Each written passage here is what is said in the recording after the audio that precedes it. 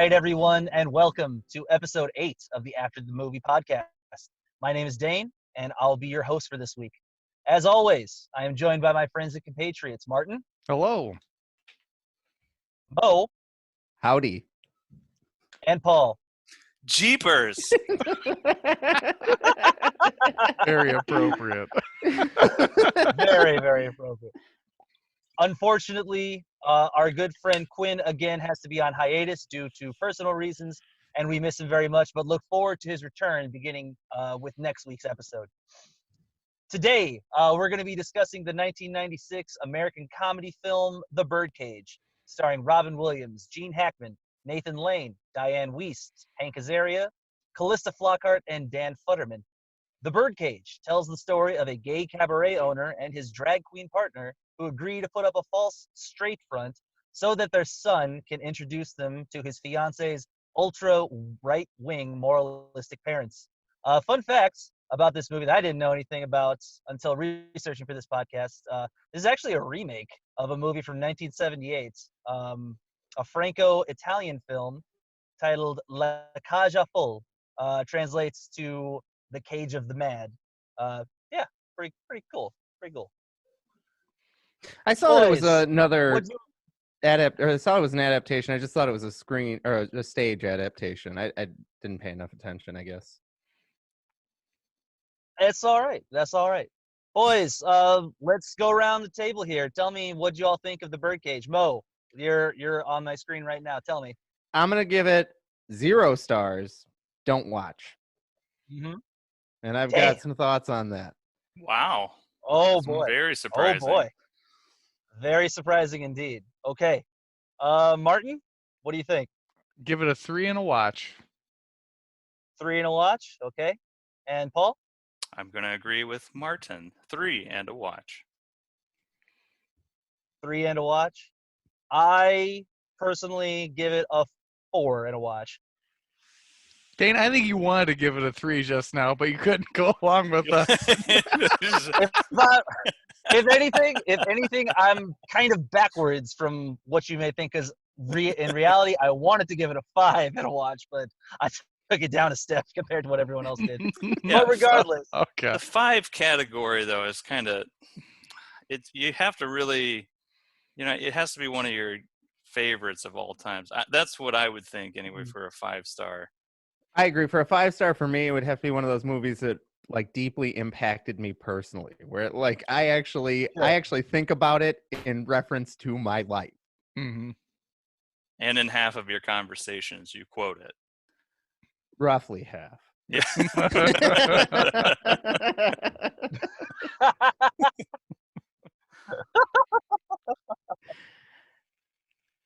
So, Mo, you seem to have a lot to say. What's going on, man? What do you think?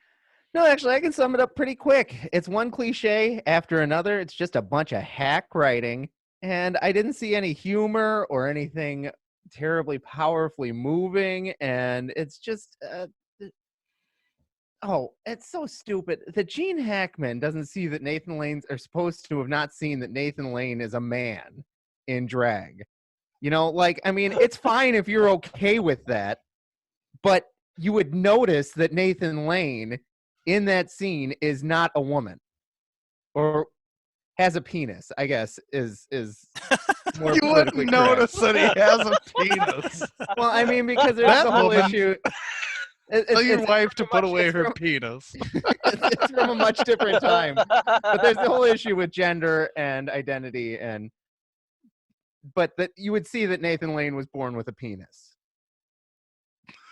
if you watch the videotape of him being born, if he walks out dressed like that, you can see that he was born with a penis. there are plenty of women that I would say were men and they are not. You can't just look at someone and know their gender all the time. And even if You can.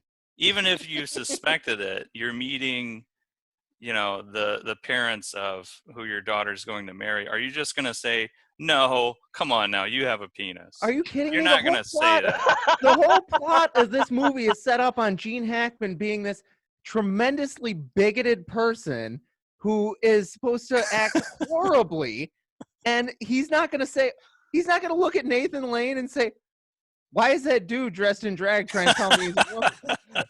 It's just totally implausible. It's so Well, he might, and that would probably make the movie even funnier if he took that route. it's just dumb. And then the way that they ride cliches, it's just such hack writing. It's just such hack writing. If I was going to say that any moment was nice, Example? it's when. Oh, I was going to go the opposite and say what actually I thought was a good moment as far as like good writing. I thought that the interaction between Nathan Lane and Robin Williams was nice on the park bench, right? I mean, it seems loving and tender, and like anything anybody would say to their partner when they're feeling insecure and distressed about a situation. But no, I mean, as far as the rest of it goes, it's just the way that they have, gay people, homosexual men's apartments are not just adorned in penises all over the place. And they don't have Grecian depictions of anal sex on their dinnerware. It's ridiculously cliched, and it's just horrible. Mo, you just had a bad experience from that gay cabaret club you were in for a few years. Oh, you mean when I was single and I thought I was going to the latest hotspot to pick up ladies? Then lived there for 4 years. Fell in love with that guy. The wool was pulled over your eyes for that whole period, my friend. Yeah. Well, but this was a movie from 1996, though. So, I mean, even though they are doing a lot of the cliche things,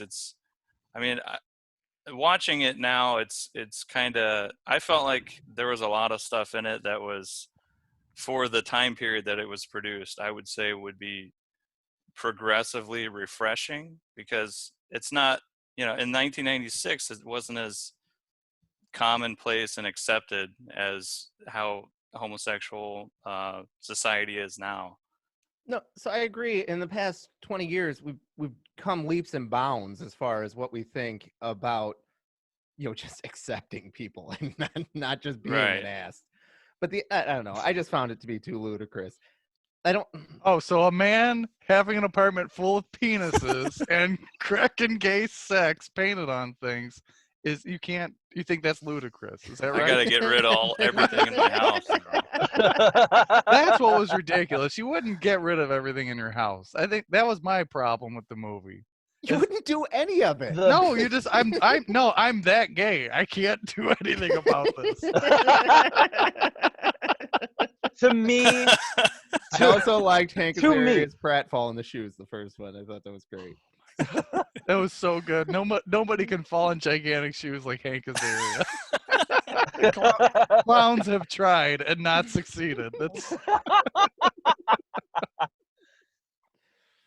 To your point about the most unbelievable parts of this whole movie, yes, I believe there are a lot of unbelievable parts to it. But to me, the most unbelievable thing was the fact that the son could be such a fucking prick the entire time, like to try and put his parents through something like that. Yeah.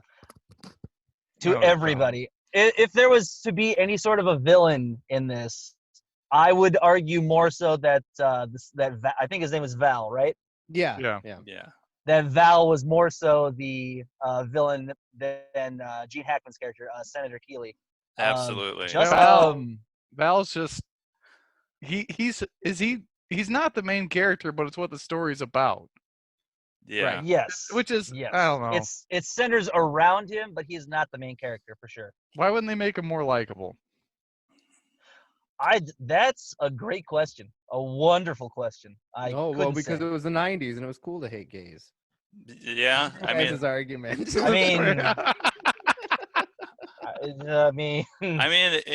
Yeah, you could say that. It's like, it's the 90s. Nobody isolate that clip. No deal. Famous last words. It's the 90s. His mom abandoned. I can't say that word. Abandoned. him. There you go. And then, Mhm. so all he knows is his father and then his gay drag queen mother, I guess. Partner? I can't. Lover, partner? I couldn't tell what kind of relationship he was really having with Nathan Lane because it's just like he was embarrassed of him his whole life or something. Because Nathan Lane wasn't a character; he was a caricature. So there was. Yeah. Which What kind of was, relationship and did he was anybody? hilarious as that caricature. He was hilarious. Hilarious. as Nathan that Lane was caricature. great. He's got this mom that he's never met, and he's just cool with her showing up. Yeah, Oh, that was pretty yeah, ridiculous. let's have mom over. That sounds great. That's what heterosexuals say, Mo. Come on, Mo. my mom hasn't. Yes, been a I'll part have of my life. mom over now. Oh, hey, could you just drop by and bring me a cup of sugar? Because that's, I know it's been 20 years since we talked, but that's the level of emphasis I'm putting on that strained relationship. Mhm. Yeah. So I can understand your misgivings with the movie, Mo. I totally see those. I can understand that. You didn't think, even with all the cliches, that parts were funny, though. No, so I thought Hank Azaria's pratfall was funny. I thought that Nathan Lane walking like John Wayne, before they ever even made the joke, okay, before it ever came out of Robin Williams, I was smirking myself and I thought, that's kind of how John Wayne walked. and then Robin Williams comes back and it says, Nathan Lane says too much. He goes, no, I'm just realizing that's how John Wayne walked. Mhm. I thought that was pretty good. Well, But that no, whole toast scene was great. Where he's trying to, At the very end. where he's trying to teach. What is Nathan Lane's character's name in this? Oh, it's something kind of weird. Armand or something. Albert. No, Armand was Robin Williams' character, and Albert was Nathan Lane's character. Well, Albert is not a weird name. I Well, take that back. The toast scene is where he's trying to show him, his mannerisms to trying to straighten them up, I guess, where he's like, no, you don't, that's not how you put butter on a toast. Men smear. You smear. I thought that was horrible. That was It was hysterical. just stupid cliches. Oh yeah, gay guys don't know how to spread mustard. Gay guys can't walk like a straight guy. What the hell kind of stupidness is this? Everybody knows that as soon as if you're homosexual, I can't. How do I live in a world with straight people? I got to go to South Beach and act flouncy and give me a break. It's I'll so show you dumb. how to act gay, Mo. How about that? We'll do this. We'll see how out of place you feel. To me, it never, to me, the movie, like the way that they portrayed, specifically Nathan Lane portrayed homosexuality, never seemed too much to me, because like the whole movie seemed too farcical for me to be able to take it like super seriously. Like I took the humor about as I thought of it all as realistic, about as much as I would take a Mel Brooks movie. Not saying that the Birdcage is on the level with like Blazing Saddles or anything, but like I didn't take it as seriously as that. I agree. Yeah, you could see It's not the supposed to be as caricature whimsical as a Mel Brooks movie. I think it is. It's a drag show. No, it's a drag show no cabaret. one said anything about it being as whimsical. nothing about it was whimsical. I said it was farcical as much as a Mel Brooks movie. And I don't believe that was the intent of the movie. I think that's looking through it through hindsight and seeing, oh, well, it was a different time, so we can just act like. As soon as Hank Azaria went on his thing about being the Guatemalan, you don't like my Guatemalan hotness? As soon as he started going on that, I immediately knew that this movie was not trying to take itself that seriously. Right. It's not supposed to be an actual look into gay life. It's just this like stupid little slice that is over the top and dumb. It's great. And hilarious. It was hilarious. Nathan Lane was a genius in this movie. And I'm a big Nathan Lane fan. Oh, you can't see my thumb, but there it is. For those listening, I've got Nathan Lane as my backdrop. Well, primarily what, for his singing, or movies? No, so I would say, yeah, I like his singing, but no, I would say that mostly it's from his acting. Okay. And- I really only knew him from this. I hadn't seen this movie, and then of course he's Timon, Mm-hmm. and everybody loves Timon. I preferred Pumbaa personally, but yeah, everyone does love Timon. That's why you didn't give it a Fair. 3, Dane.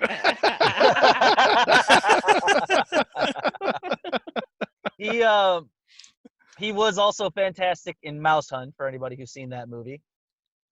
So I've not, no. another example of where he's playing an over-the-top gay guy is in Modern Family, which is a TV show, and I really like his character in there, and it's caricaturish, sure, but it's, I don't know, I think it's a lot more reasonable, and the way that they set it up as his character is supposed to be so over the top, I don't know. Well, I think it's different because it's juxtaposed against other gay people who aren't. It's not like every gay person is this. But this is crazy. a magical land where every gay person is that crazy and weird. And wow. And I was gonna say with Austin Powers with him doing Foxy Brown, that Foxy Brown imitation, isn't he doing a caricature for that too? He's just over the top. That's what he's the best at. Yeah, but that was well written. Again, it's not that I necessarily have a problem. With Well, no, but you brought up how every gay person was over the top, and it's never that, you know. So I was just saying, that's what's funny about it, and I think that's why it's acceptable. In that scene, we don't know if he's gay or not. He's just pantomiming Beyonce's lines, Foxy Cleopatra's lines. If we get nothing else, he had to be gay for that. No, that's what I'm saying. We don't know if he was gay or not. No, but they were doing the caricature of 70s black lady within the Soul Club. Oh, I see what you're saying. if we get nothing else out of this movie, we understand that gay people can throw a party. And Absolutely. Gene Hackman's obsession with candy was the most hilarious Oh thing yeah. that I've seen in a long time. I did not understand that. Is it just like a nervous tick of his that he just had to have? He just needs Some sugar. oral fixation that he needed candy in his mouth at all times. It's his addiction. That's It's it. his And then- cigarettes. It's That's vice. another Yeah. stupid part of the story too. Is that Gene Hackman puts on a dress at the end to sneak out? That all of a sudden, oh, we're okay. All those years of hateful rhetoric that I've been spewing. Well, that's all fine now because I wore a dress, and so now I'm okay with gay people and drag queens. Did Yeah, he, you just did gotta he have try that it, Mo. revelation? I thought Well, he just I mean, kind of I left. was happy at the end with the wedding. Pretty much.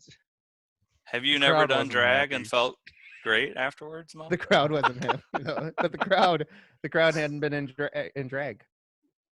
Have you not The tried it? crowd was loving that. That I've been a bit of a marble mouth lately, so I hope our audience will bear with me.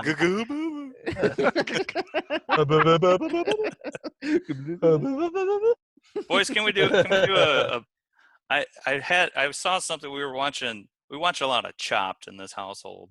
If you guys know what Chopped is, I've never watched that. Chopped That's is the food great. show, right? oh yeah, it's definitely a great, fantastic food show. But Mhm. I was hoping you guys would at least have one on the top of your head because I just need to get this out there. It's maybe we can do a segment, pet peeves with me specifically. But but if you guys have one on the top of your head, I'd love to hear it. But this kind of needs to be said that grown men, like, you know, I'm not fully a grown man yet because I don't have, you know, like gray hairs in my beard or hair totally yet. But a grown man should not be riding a skateboard ever. Do you guys have any? Well, A total sidebar Well, rant? That's a Yes. real sidebar right there. It has to be said because it's been eating at me for this entire week. so Paul, just because I know you'll be able to understand me on this, as a resident of Southern California, that bothers the hell out of me too. Thank you. So Like, so we can be in agreement. I with see it that. more often.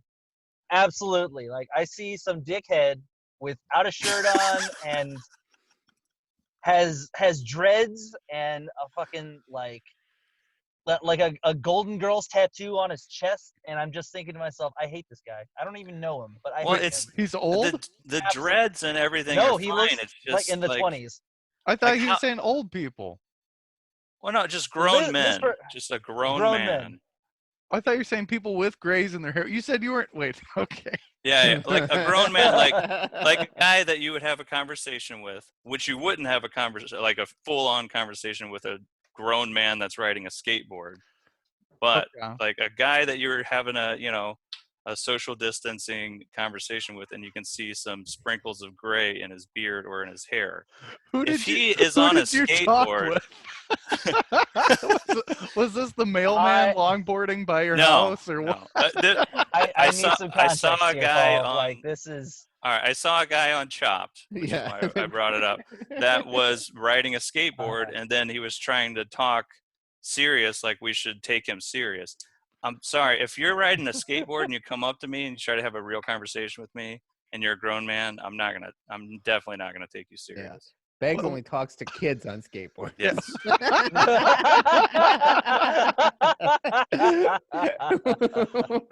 What's the cutoff age for a skateboard? When do you have to stop being on it? Well, apparently it's not an age, Martin. I think that's where you're going wrong, buddy. It's just when you're grown. When you're grown. All right. I think that you're getting hung up on finite details when really unless you're in the same if he category. Like you on a skateboard, you shouldn't be on it. You're too old to be on it. Unless you're, Tony Hawk or I don't like that. Shaun White or Bob Burnquist, then get off That's it what I was by the gonna time get you're at. 30. That's what I was gonna say. So you would never have a conversation with Tony Hawk whatsoever? Well, Tony Hawk is an actual athlete and actually has made money and video games from skateboarding. He's an icon.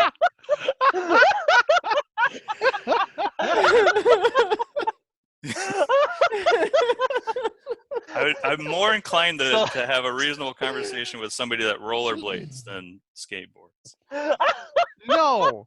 Yes. So it's just because it would never happen. No one rollerblades anywhere, so of course you can make that statement. If I had a pair of rollerblades, I would get on those bad boys. Have to stop talking to me. Go down to Cali, bro. You'll see rollerblades everywhere. Yeah, there's even right now when we're all supposed to be sheltered in place, like there's still people rolling around on their scooters, their skateboards, their bikes, their rollerblades. Fucking skateboards. Sickening, honestly. So indignant. I love it. I think that what we might have going on here, Martin, is you a can't little tell bit me of like what happened with the apology letter, where Beggs is making rash judgments, and next week we're gonna hear a letter about how he's apologizing to the skateboard community. No. And Tony Hawk. That won't. No. I don't have. I'm saying unless you're Tony Hawk or Shaun White or Bob Burnquist or somebody that has actually achieved things skateboarding, by the time you're 30, get off the fucking board. It's over. So it is 30. That's the cutoff. It's 30 now. It is getting progressively mad enough to try and put a number. Cut off. Hard cut off. I've made it abundantly clear. You're 30 years old. Get off of that thing. Be a man. Walk. I'm fairly certain where I live at currently, I could probably see Tony Hawk tooling around because he's from the area that I'm in right now.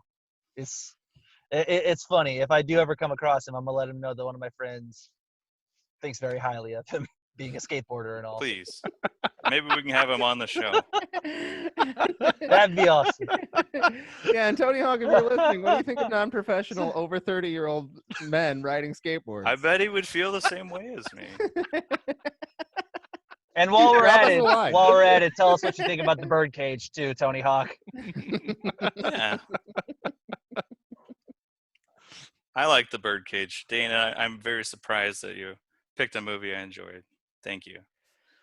See, the reason why, if you remember the reasoning I had last week for it, I knew that all of you boys have a 90s fetish, and this movie was most certainly 90s. Like, you can't really honestly tell me that this one aged gracefully out of that decade. But since I knew you loved that, and I wanted to try and try and make up for that first choice I had. Try to pick a more crowd pleasing one. I still am not batting 100 on that. Thanks, Mo. We'll have to see if Quinn ends up enjoying this one. Oh, should we give him does some anyone know if Quinn retroactive actually votes? Should we give Quinn retroactive votes for this thing? No, Quinn, That he missed? cut himself off. He's out. He's probably skateboarding. Yeah, If somebody on asks, his fucking skate. if somebody skateboarding But he's not 30 yet, so Yeah, That's he's right. got a he couple can still years. do it. Board up while you can, Quinn. Fucking Bart Simpson. somebody puts a gun to my head and says, I have to rewatch one of these movies, one of Dane's picks. Right now, the only one I'm rewatching is Eddie Coyle. Oh. Well, but to be fair, I Ooh. wasn't saying we're going to redo them. I was just saying Quinn would get a retroactive vote. if No, he I wants was to talking watch about it. Dane in this crowd-pleasing comment. I understood what you were saying, Marv. Okay. But So, Oh, yeah, a sometimes I call zero? Martin, Marvin, Merlin, Mervin. yeah.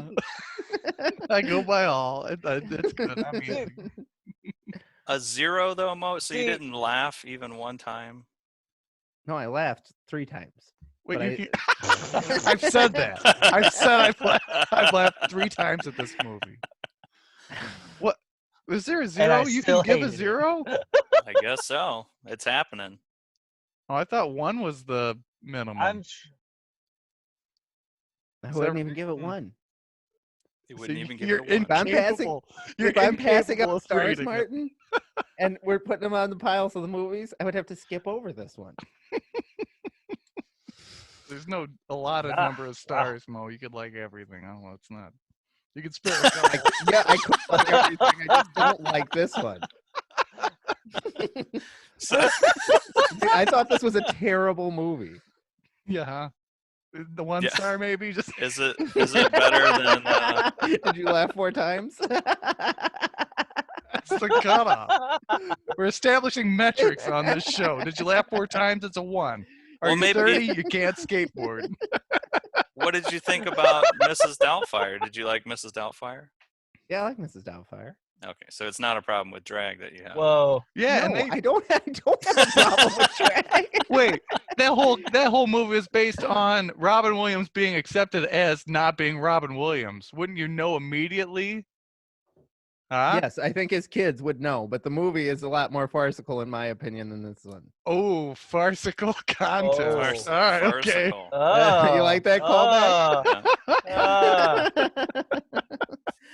Yes, I do find it ridiculous in Mrs. Doubtfire that his children don't know that it's him in a fat suit, dressed as a lady, doing an English accent. He's really believable, though. If your dad did it,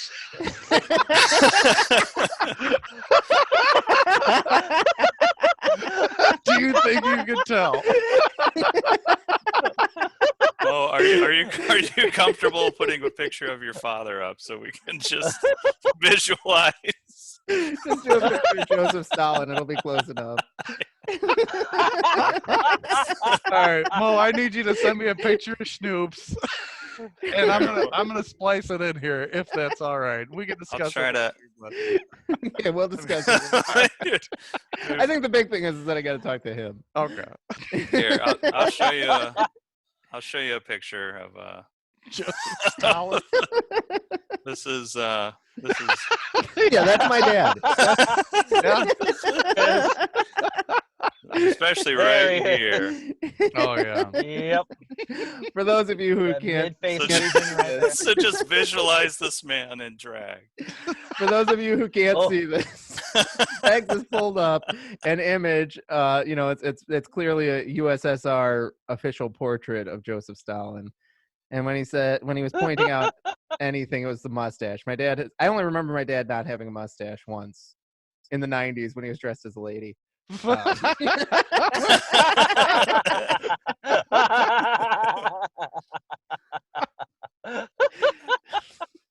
Oh wow, that's good.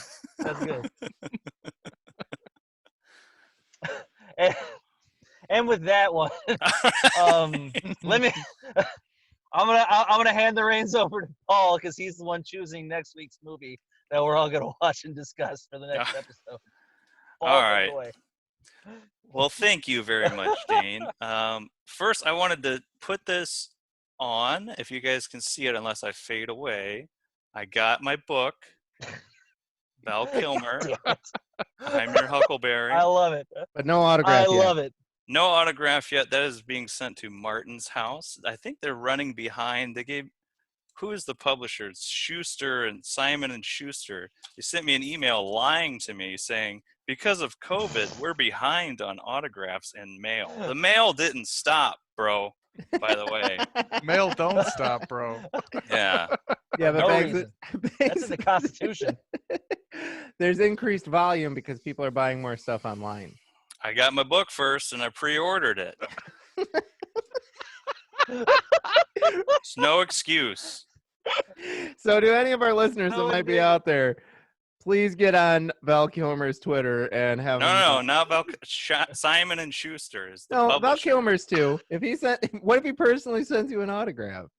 He's going to, but give him a break. He's still recovering from throat cancer. Okay. Sorry. Nothing is Val Kilmer's fault. Okay. Yeah, get All on right. Simon and Schuster. tell him to hook our boy Beggs up. Our All little right, buddy Beggs. I'm expecting it.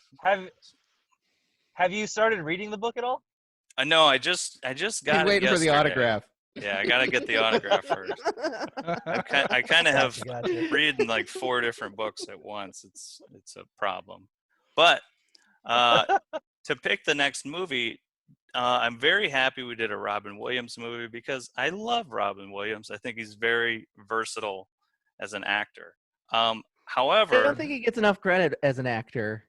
I think that he's got really great chops, and he just gets credit as a comedian.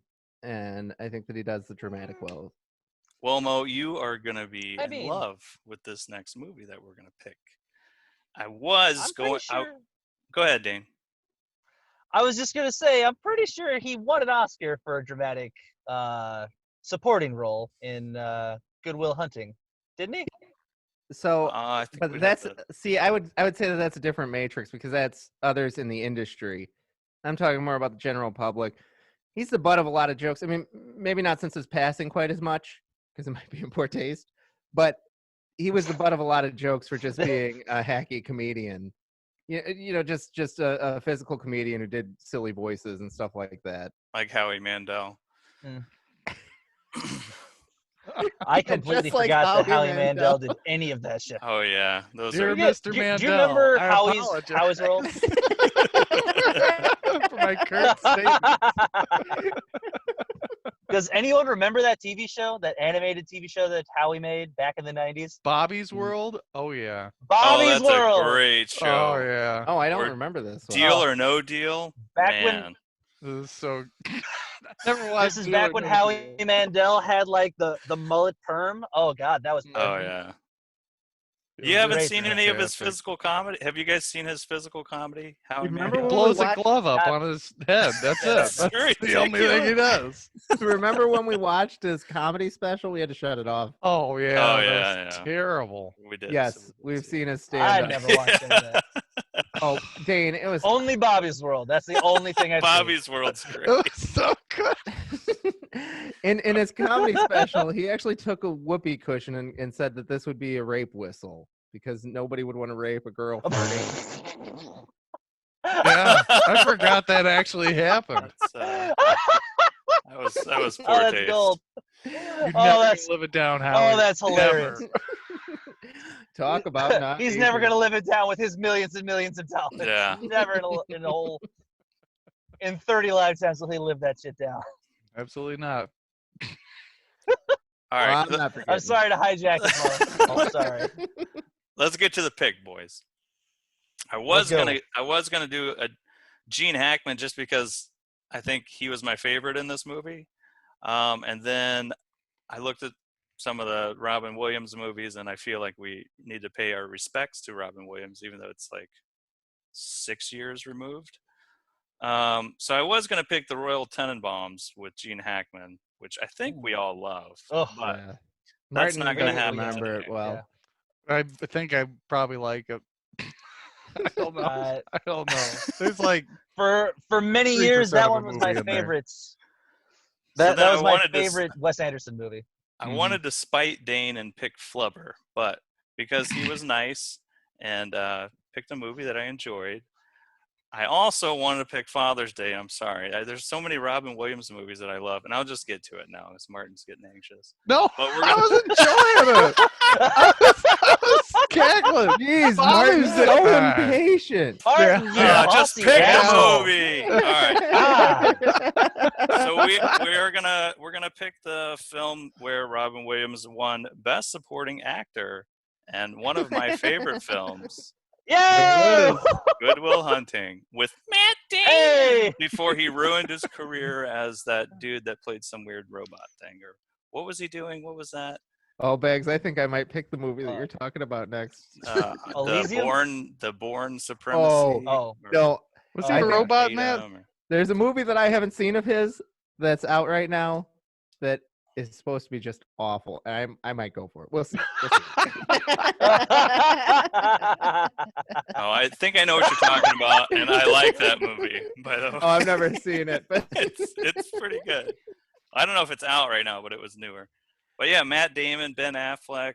This movie was nominated for 9 Academy Awards, and it won Best Supporting Actor, Robin Williams. Best Original Screenplay was Ben Affleck and Matt Damon, who is also a really cute man. So I'm going to enjoy this movie as well, because I love Matt Damon. We haven't seen this one in a while. I'm excited to watch it again. I haven't seen it in a long time, but I remember I enjoyed it a lot. So I'm pretty sure Quinn's gonna hate it whenever for his return episode. Mo, have you seen this one before? Would like. Oh yeah. Okay, so I'm fairly certain all 5 of us in After the Movie have seen this one before, which I think is going to be a first, yeah. But I'm all about it because I really enjoy this movie a lot. So we'll get on to it then, yeah? Well, yeah, I don't know. If there's good ratings all around, though, we might have to go to the wheel of terrible picks. Yes. So is this wheel of terrible picks? I'll get my X-Acto knife out. We'll make this thing happen.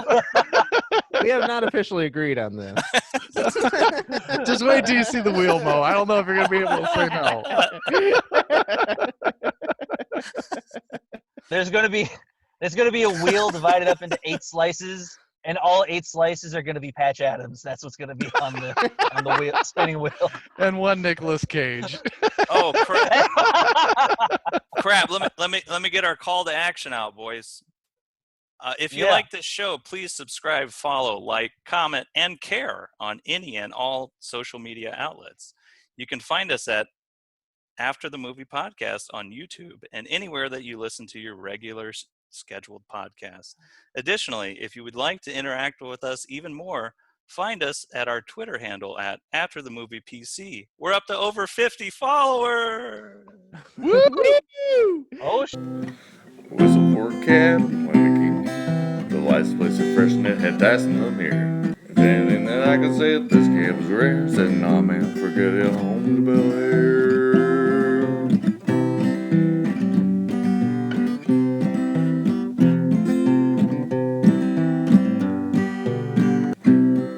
Pulled up to the house about 7 or 8 and yelled to the cabbie on. Smell you later, looked at my kingdom, I was finally there. Sitting on my throne at the Prince of Bel Air.